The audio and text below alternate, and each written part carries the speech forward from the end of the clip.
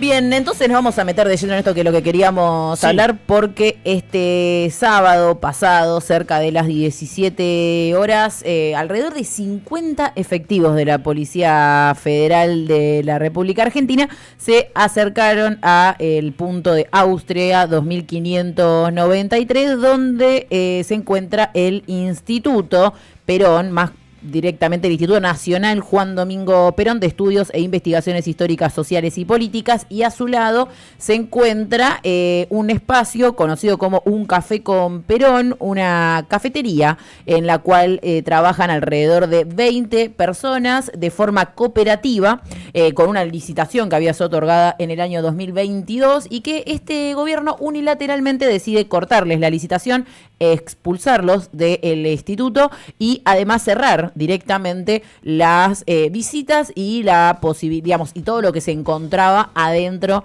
de este Instituto Perón, por definición directamente del gobierno, por decir que se trataba de un nido de ñoquis, que no se podía financiar esto, y obviamente obviando la información de que se trata de un patrimonio histórico, sí, ya reconocido y establecido como tal. Entonces, a partir de esto que ya había definido el gobierno, lo que hace el Frente Patria Grande, en particular con la conducción de Juan Grabois, es convocar a una especie de defensa, ¿no? A encontrarse en las puertas del Instituto Perón para defenderlo y para recuperarlo, cito textual, del odio gorila, la antigua residencia de Perón y Evita. Recordemos que en este mismo lugar, así como recién decía Franco, ha sido bombardeado y además fue donde pasó sus últimos días,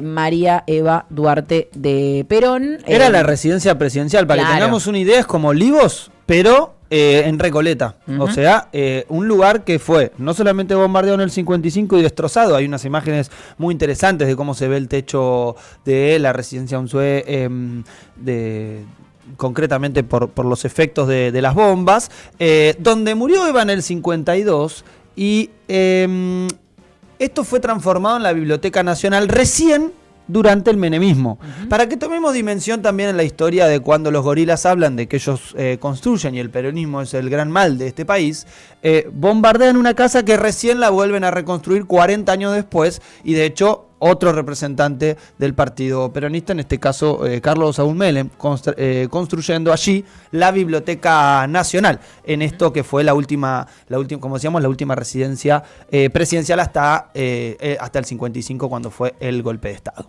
De esta forma, entonces, Juan Grabois entra, como veíamos recién en las fotos, con los militantes, ¿no? Se ponen en el balcón, hacen un par de gritos, digamos, de defensa del lugar, y se llena de policías.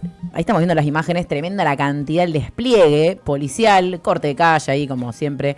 Acá no es antipiquete, aparte, porque ni siquiera había un piquete, como ya no importa bien que haya del otro lado, es el operativo antiprotesta, y obviamente en este caso ya incluso trasciende los límites, porque los efectivos lo que hacen es ingresar directamente al Instituto Perón y llevarse arbitrariamente a no solamente Juan Grabois, sino que también a Valentín Peralta, un militante de 20 años, estudiante de trabajo social, también de parte del Patria Grande, y se llevan a ellos dos.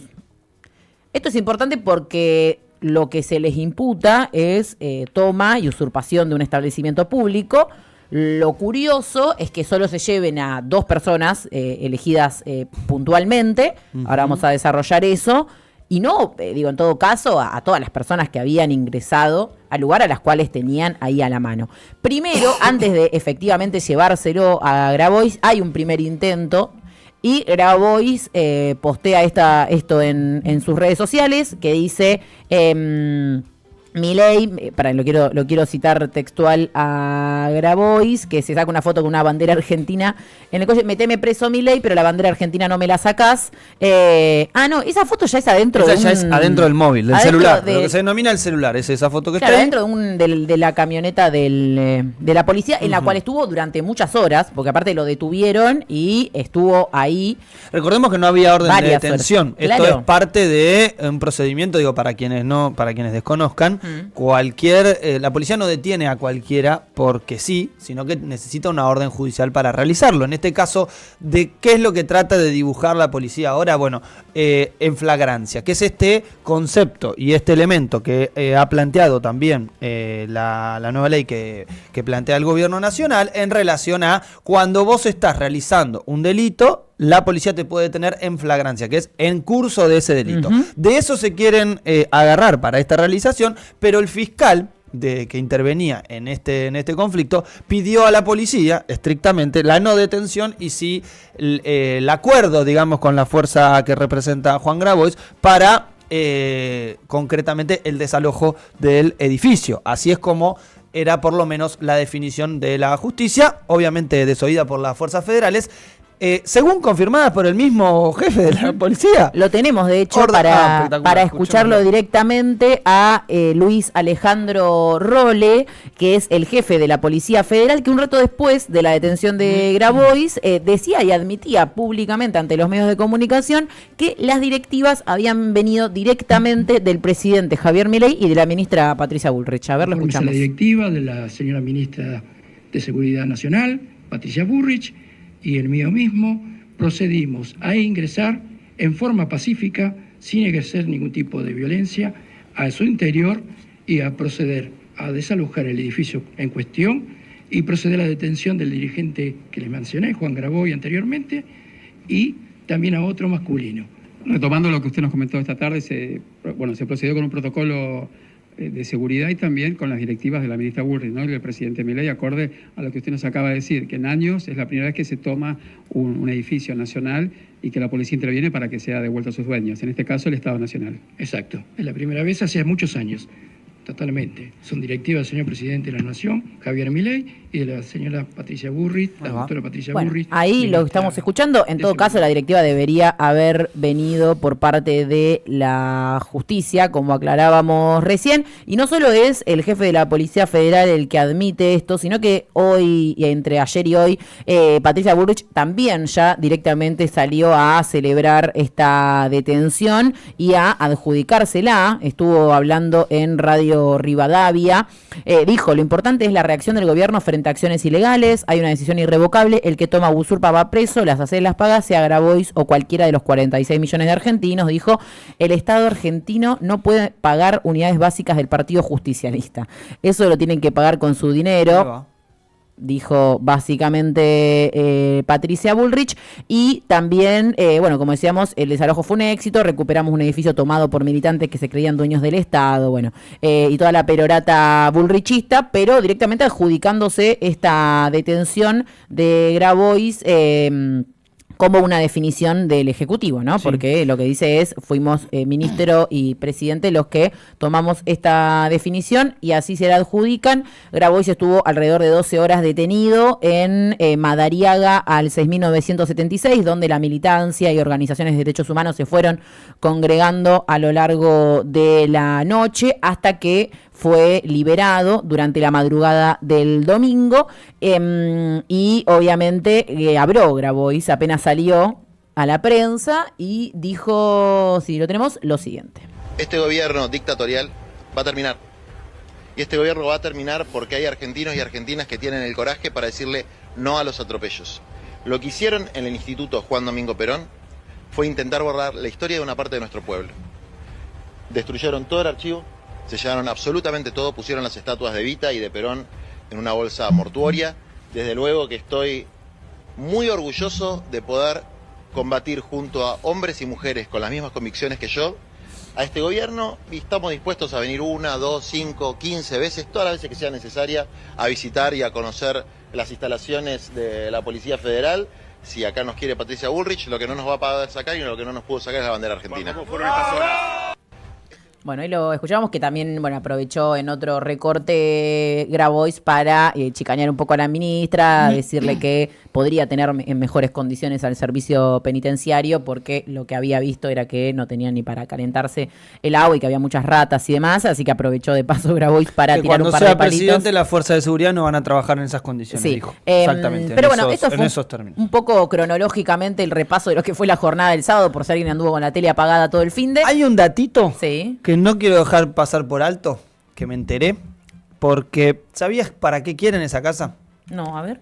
Parece que Petovelo se quiere mudar de la casa Patria Libertad, que es este edificio ubicado en Carlos Pellegrini al 2000 y pico, creo que es, ahora lo chequeo, porque, según dice la ministra, o mejor dicho, cuentan trabajadores de la casa Patria Libertad, que la ministra anda un poco alterada porque parece que hay fantasmas que perturban su estadía en la casa Patria Libertad. ¿Y qué se cree que Ahora, ¿quién se le ocurre irse a vivir donde se murió Evita? Si hay fantasma en Casa Patria Libertad, los fantasmas que debe haber para Petovelo en el ¿Vos te Instituto imaginás Perón. Petovelo estando en la casa donde se murió Evita? Vos, Yo estoy segura que Evita no la dejaría dormir en paz ninguna noche. si sentís que alguien te Los agarra de las caniches. patas... Viste que hay una foto que es la que menciona Grabois, que están la estatua de Evita y la de Perón tapados, como en un sillón ahí medio tirado, como totalmente desprotegidos obviamente, pero el caniche de ellos está totalmente impoluto. Uno decía, el caniche no se animaron a taparlo porque ese caniche, el caniche no te suelta nunca más. Así que le recomendamos a la ministra Sandra Petovelo Que que reflexione un poco alrededor de si quiere instalar parte de las oficinas del ministerio ahí, porque la verdad... Los únicos que están perdonados de tener caniche en esta historia son Evita y Perón. Sí. El resto de personas que tienen caniche no. Pero bueno, esto es parte un poco de lo que sucedió en este fin de semana con respecto al instituto. Y recordábamos una frase muy interesante del general Perón de 1956. Mejor dicho, es una reflexión luego de lo que fue el proceso del golpe de Estado. Le vamos a pedir a Mati Marchi si puede ponerlo. Por mí no quería llevar a la República a una guerra civil ni a una lucha cruenta. En consecuencia, lo que quedaba por realizar era simplemente dejar que ellos hicieran lo que quisieran. Si el justicialismo tenía razón, iba a volver. Y si no tenía razón, quizás era mejor que no volviera. Han pasado casi 13 años desde ese momento. Indudablemente que el tiempo me ha hecho cambiar de opinión. Hoy creo que cometí un grave error. Yo debía haber decretado la movilización, comenzar por fusilar a todos los generales rebeldes y a todos los jefes y oficiales que estaban en la traición y dominar esa revolución violentamente como violentamente nos querían arrojar del poder. Si en este momento tuviera que hacerlo, lo haría. Porque ahora sé lo que entonces no sabía. Que esa gente llegó para hacer el más grave daño que se le pudo haber hecho al país. Yo nunca pensé que pudieran haber argentinos tan poco patriotas que podrían haber conducido el país a donde lo han conducido. Y eso que no Por había eso, ley. después de estos 13 años, hoy me afirmo en la necesidad de haber exterminado al enemigo, porque no era el enemigo nuestro, era también el enemigo de la República. Clarito, Perón, esto es un discurso del 68, como dice bien la frase de Perón, 13 años después del golpe de Estado en 1955. Y ¿sabes qué? Lo traíamos porque en el día de ayer, este muchacho que es escriba de este gobierno, parte de los que ellos dicen sus intelectuales orgánicos, Agustín Laje, hace un tuit en referencia a esta concepción de adversario-enemigo, ¿no? Y plantea que nunca se puede ser, con el comunismo no se puede tolerar, ¿no? Son nuestros enemigos, en algún momento lo vamos a dimensionar de esa manera y hay que hablar en esos términos, plantea Laje, en términos de enemigo. Y hubo muchos compañeros, muchos colegas y demás, que un poco se alteraron con esta situación. Un sentimiento de... acá está, ¿no? No, ese... Bueno, es más o menos lo mismo, pero en ese caso hablaba de otro sector. Lo estoy buscando, pero no lo encuentro. Igual, a ver, tampoco, digo, no es nada nuevo, ¿no? Que el gobierno nacional plantee no solo al peronismo, sino cualquier opositor como enemigo de ellos. Digo, hace rato que consideran que los zurdos, lo que ellos denominan los woques, o el feminismo, las mujeres, las disidencias, hace rato que vienen diciendo que son sus enemigos, que no son, fíjate, aparte, mirá esta aclaración, no son conciudadanos, son enemigos. Es hora de asumirlo, que es claramente un llamado al exterminio también. Creo que acá es donde empezamos a reflexionar alrededor de lo que han pasado estos días, por eso traíamos también este discurso del general Perón. En la Argentina está planteado desde su fundación un debate insaldado, ¿sí? Como hemos dicho, nuestro germen revolucionario, y luego el peronismo ha instaurado un debate que no se ha saldado, que ha llevado a el día que se celebra el día de hoy, que es el Día de la Resistencia Peronista, y donde tenemos todavía estos avances, no solamente sobre el Instituto Juan Domingo Perón, sino sobre las libertades democráticas cuando hay un gobierno que se plantea así. Entonces, la gran reflexión sería, ¿hay que empezar a denominar a estas personas como adversarios o concretamente son enemigos? ¿Qué es lo que hay que hacer con un adversario y qué es lo que hay que hacer con un enemigo?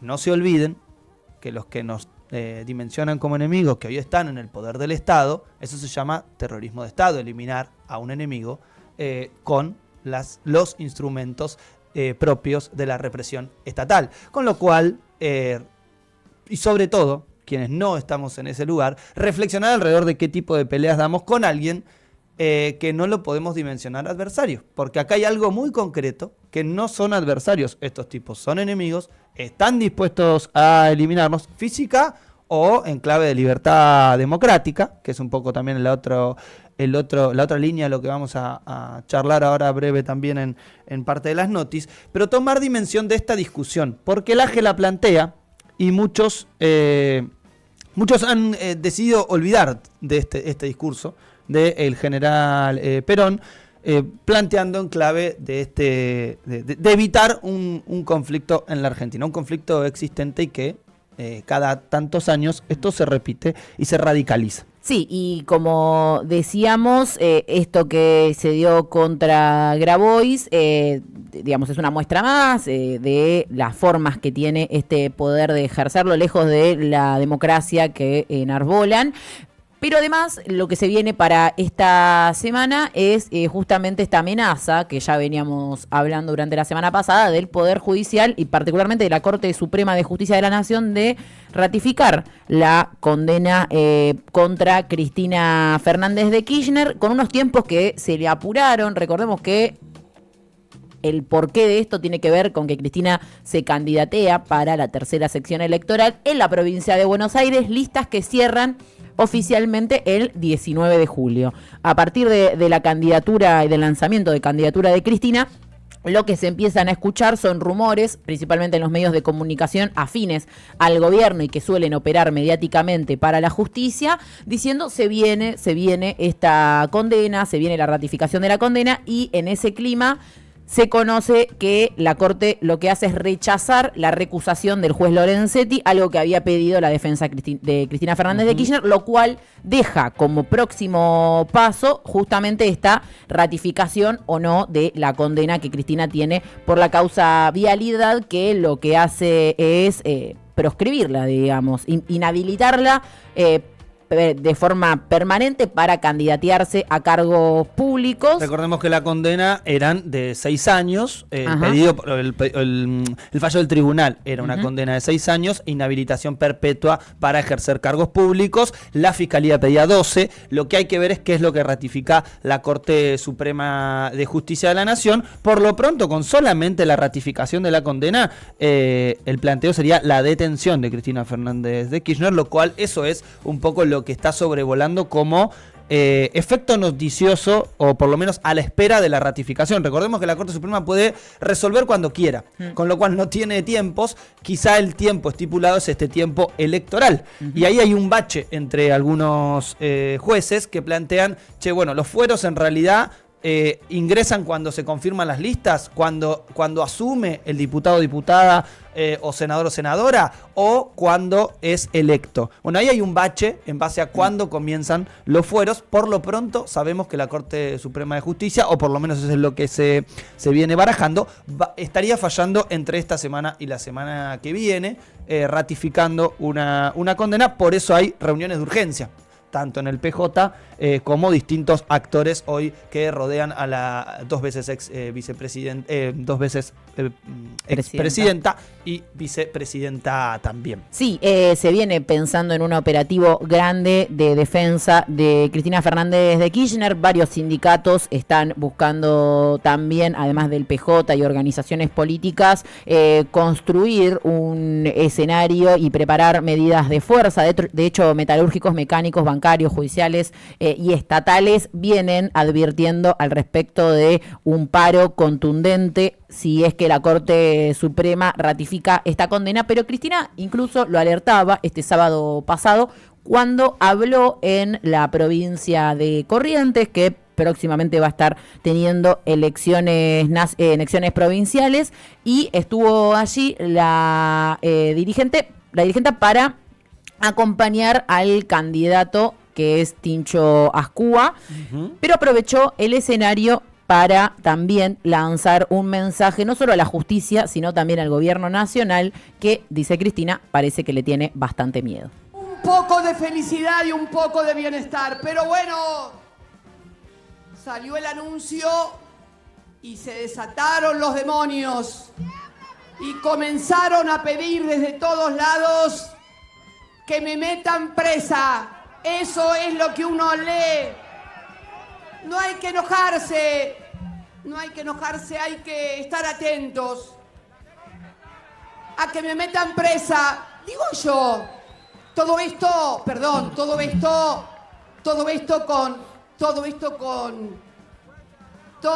con editoriales que dicen, ay no, está acabada, acorralada. Pero ¿y si estoy tan así? ¿Por qué no me dejan competir y entonces me derrotan políticamente?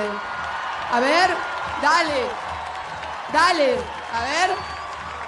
Mirá cómo tiemblo. Dale.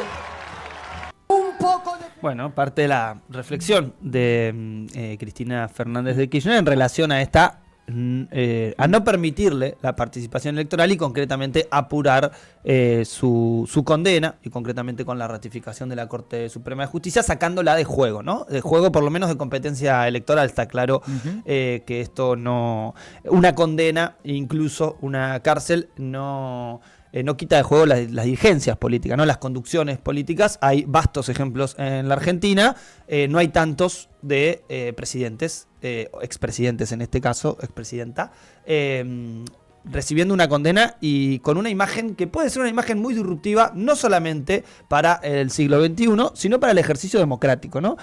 Hemos hablado 1000 veces de la lógica disciplinar con la que se mueve el Poder Judicial y el Poder Económico en la Argentina, que está claro que esto tiene que ver con ello, pero sobre todo en clave de desarrollo democrático hay que ver qué es lo que genera esto, ¿no?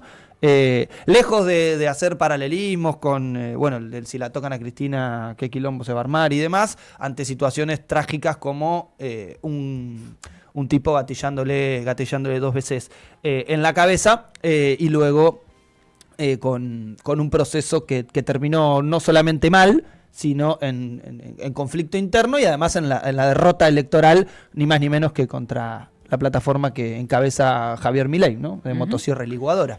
Así es, entonces que, Cristina está bastante directamente en modo confrontación, ¿no? Con esto, se subió al ring y la justicia entonces y la oposición afila los cuchillos, porque ellos no se suben al ring en los mismos términos, ¿no? Ellos afilan cuchillos directamente.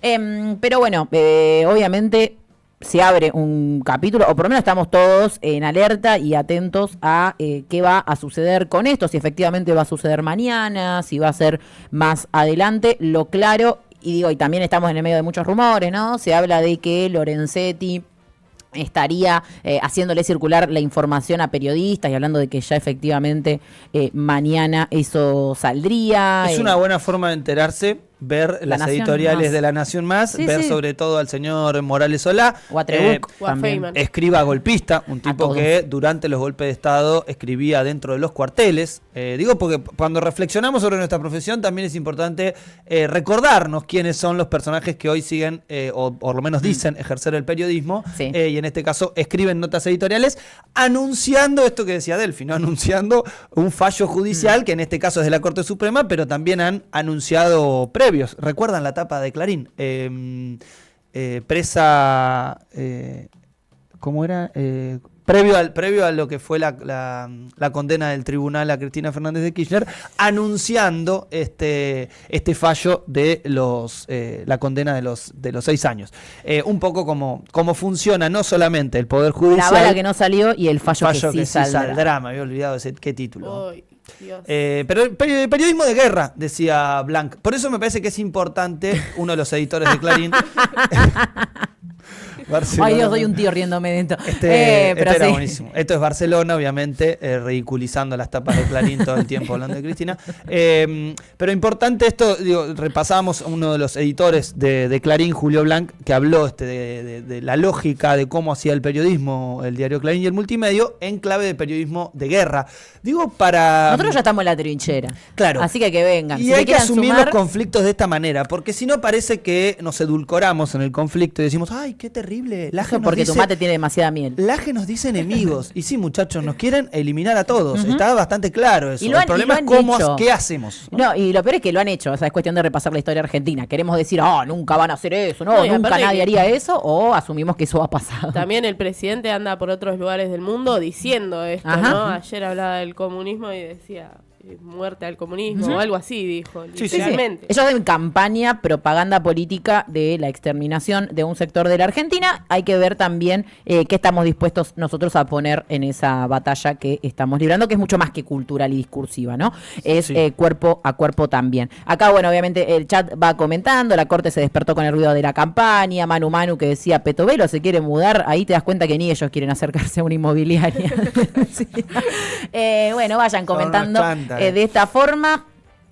Porque bueno, se viene una semana bastante agitadita, también habrá medidas de fuerza por parte de sindicatos, como decíamos, de cara a esto, pero también estamos en una semana con medida de fuerza por parte de sindicato docente, no docente, de las universidades nacionales, bueno, convulsionada esta semana en la Argentina. Y si queremos sumarle algo más, ahí vemos en pantalla un paro de 48 horas que habrá de ADULP esta 11 y 12 de junio, más asamblea extraordinaria, más jornada de visibilización y hacia fin de mes otro paro de 48 horas, o sea, crece la tensión también en cuanto a los conflictos salariales de los trabajadores, sigue el conflicto con el Garrahan y demás, y a todo esto...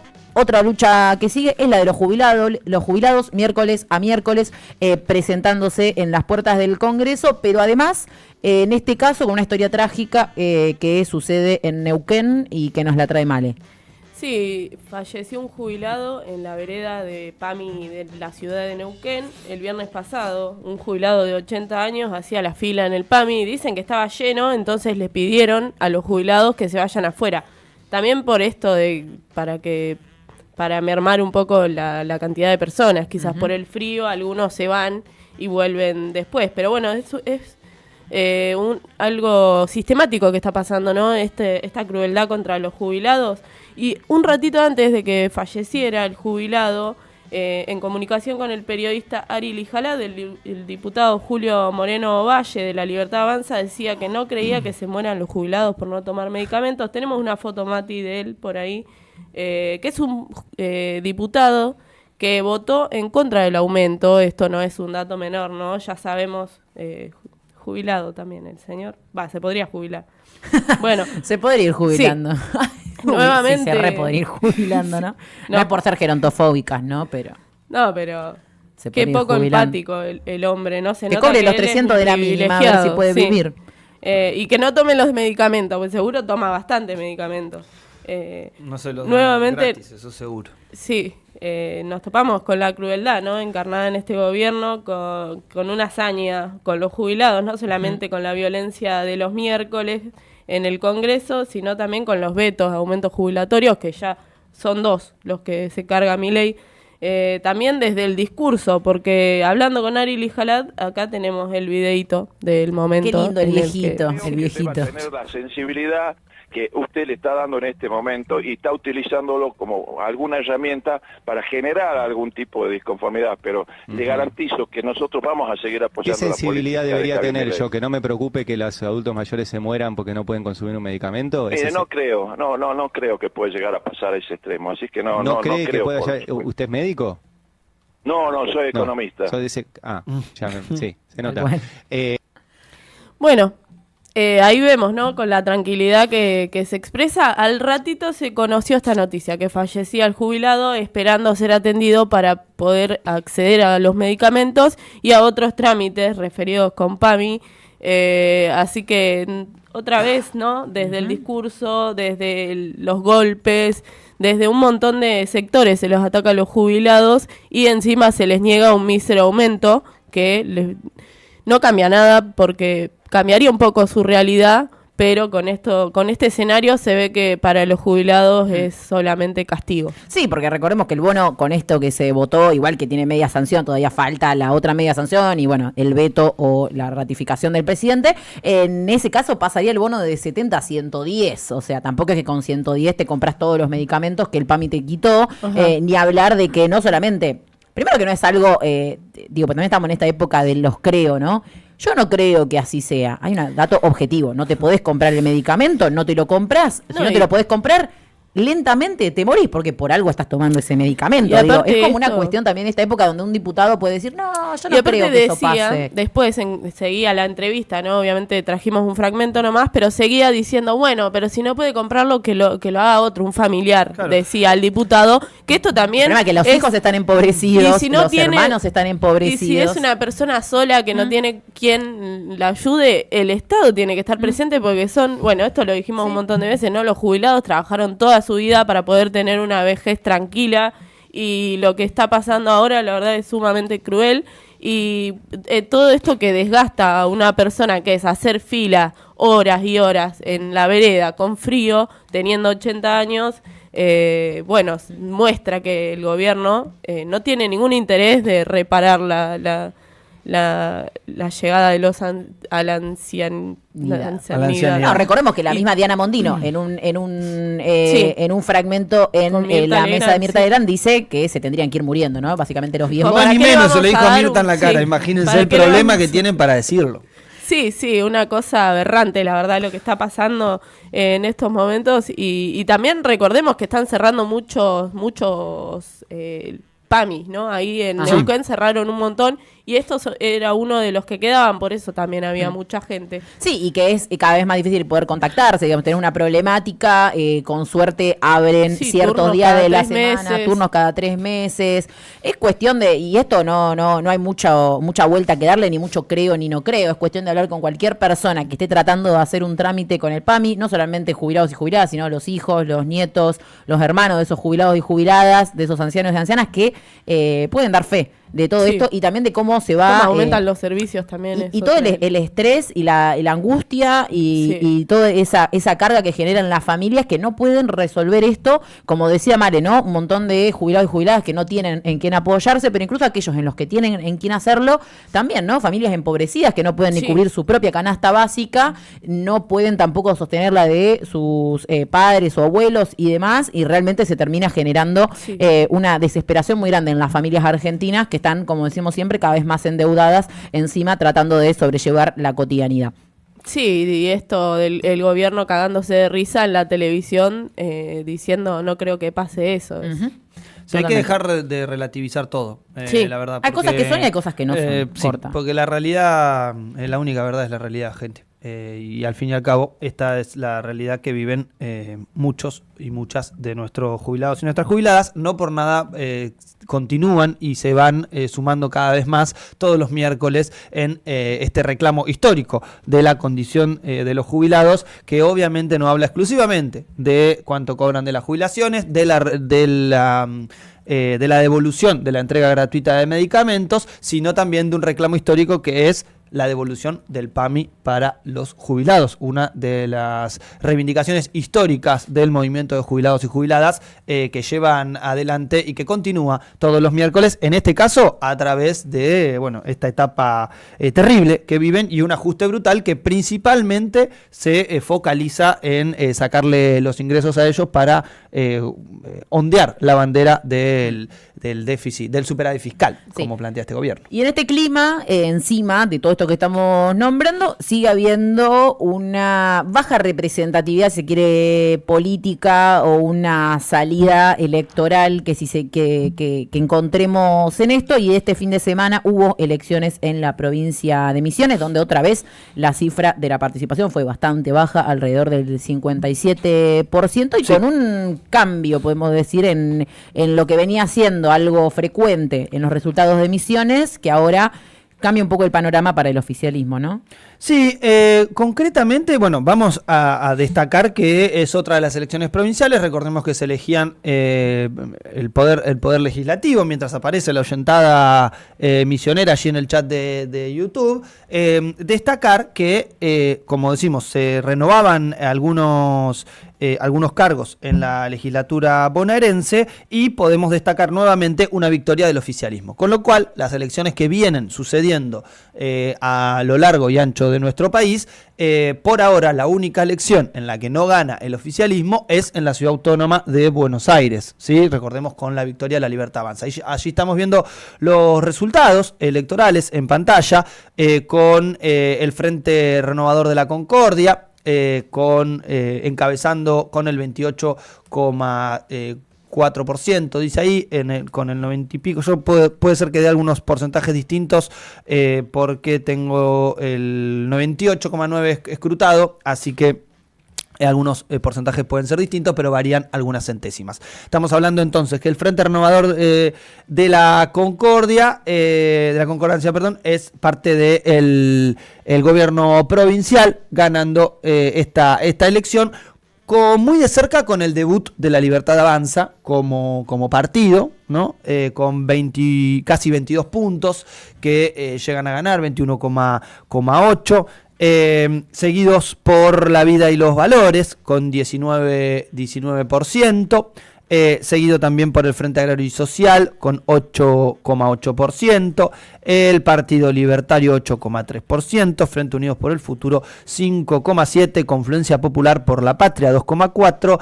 Tierra, Techo y Trabajo, 1,7%. Partido del Obrero, 1,4%. Y Partido de la Integración y la Militancia, menos de 1 punto. Lo mismo que el Partido Demócrata y el Movimiento Positivo. Esto es un poco el resultado electoral. Recordemos, parte de una provincia que gobernada por el Frente Renovador de la Concordia hace mucho tiempo, con Carlos Rovira como el referente político de ese espacio, si se quiere, el dirigente más importante que tiene, que festejó también los resultados, y un poco de cómo queda la composición de la legislatura. El gobierno salió a decir que ganaron.